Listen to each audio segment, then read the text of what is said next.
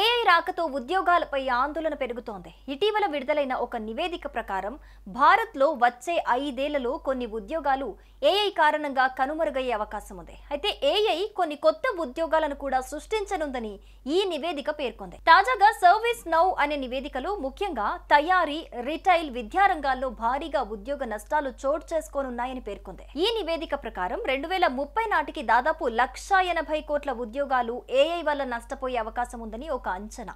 ముఖ్యంగా తయారీ రంగంలో సుమారుగా 80 లక్షల ఉద్యోగాలు ప్రమాదంలోకి వెళ్లే అవకాశం ఉందని స్పష్టం చేసింది.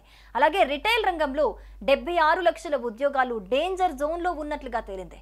ఇక విద్యా రంగంలో కూడా ఏకంగా 25 లక్షల వరకు ఉద్యోగాలు ఏఐ ప్రభావంతో తగ్గిపోయే అవకాశం ఉందని నివేదిక హెచ్చరించింది. ఇక మరోవైపు వినియోగదారులకు ప్రత్యక్ష సేవలందించే నిర్వాహకులు, పేరోల్ క్లర్క్స్ వంటి ఉద్యోగాలపై ఏఐ ప్రభావం ఎక్కువగా ఉండనున్నట్లు ఈ నివేదిక అయితే వెల్లడించింది. ఎందుకంటే ఇవి ఆటోమేషన్ కు అత్యధికంగా లోనయ్యే కేటగిరీలో ముందు వరుసలో ఉన్నాయి. అలాగే సాఫ్ట్వేర్ ఇండస్ట్రీ సిస్టమ్ అడ్మిన్లు, కన్సల్టెంట్లు వంటి హై స్కిల్ ఉద్యోగాలు ఏఐ సహకారంతో కొత్త దారులను సృష్టించనున్నాయి.